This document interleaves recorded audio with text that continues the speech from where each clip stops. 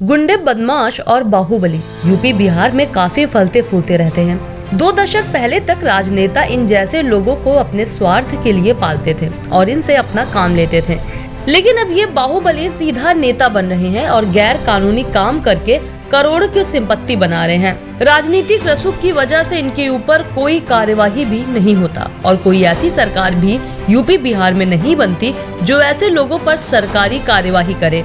वैसे बिहार में नीतीश सरकार ने इन जैसे को हद तक शांत कर रखा है और इन पर कार्यवाही भी हुई है, जिसके वजह से बिहार में अभी बाहुबलियों का डर उतना नहीं है। यूपी में जब से योगी जी की सरकार बनी है, वो भी बदमाश और बाहुबलियों पर सख्त कार्यवाही कर रही है। बदमाश बाहुबलियों को जड़ से खत्म करने का मुहिम चल रहा है। उसी कड़ी में काफी बाहुबली मारे गए और कईयों को जेल जाना पड़ा, तो कईयों की संपत्ति कुर्क हो रही है। अवैध निर्माण जमींदोज हो रहा है और सरकार लगातार ऐसी कार्रवाई कर रही है। अतीक अहमद की कई अवैध संपत्तियों को ध्वस्त किया गया है। अभी जब पता चला कि उसकी अवैध जमीन है, तो उस पर भी सरकारी कार्रवाई हुई है और उसको सरकार ने कब्जे में लिया।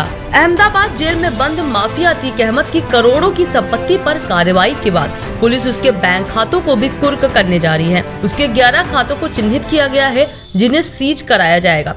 जिलाधिकारी की अनुमति मिलने के बाद कैंट पुलिस ने इस संबंध में संबंधित बैंकों से संपर्क करना शुरू कर दिया है। अतीक पर यह कार्रवाई धूमनगंज थाने में उस पर दर्ज गैंगस्टर एक्ट के मुकदमे धारा 14 और 1 के तहत की जाएगी। मुकदमे की विवेचना अधिकारी इंस्पेक्टर नीरज वालिया की ओर से उच्च अधिकारियों की रिपोर्ट भेजकर बताया गया था कि अतीक के 13 ऐसे बैंक खातों की जानकारी मिली है जो उसके अपराध जगत में आने के बाद खोले गए।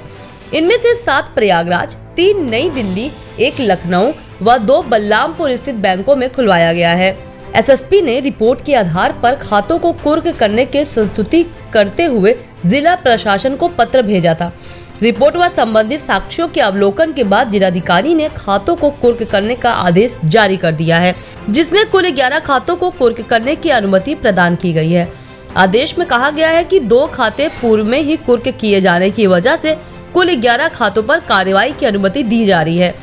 उधर अनुमति मिलने के बाद कैंट पुलिस ने खाते कुर्क करने की कार्रवाई शुरू कर दी है। बैंकों को पत्र भेजा जाएगा और सीज होंगे खाते। पुलिस सूत्रों का कहना है कि खातों पर कुर्की की कार्रवाई के तहत बैंकों को पत्र भेजकर संबंधित खातों को सीज कराया जाएगा। इसके तहत इन खातों में पड़ी रकम फ्रीज कराकर लेन देन बंद कराया जाएगा।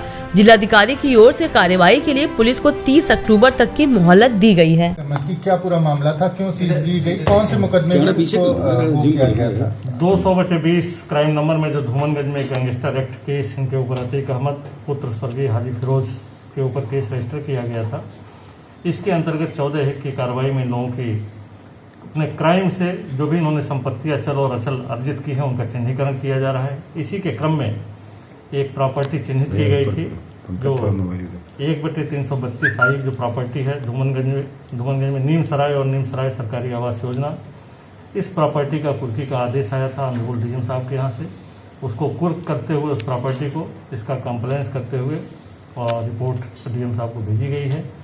ये टोटल प्रॉपर्टी जो है लगभग 1 बीघे का खाली आवास है, खाली जगह है, जहाँ जो प्रॉपर्टी लगभग 4.5 करोड़ की बताई जा रही है।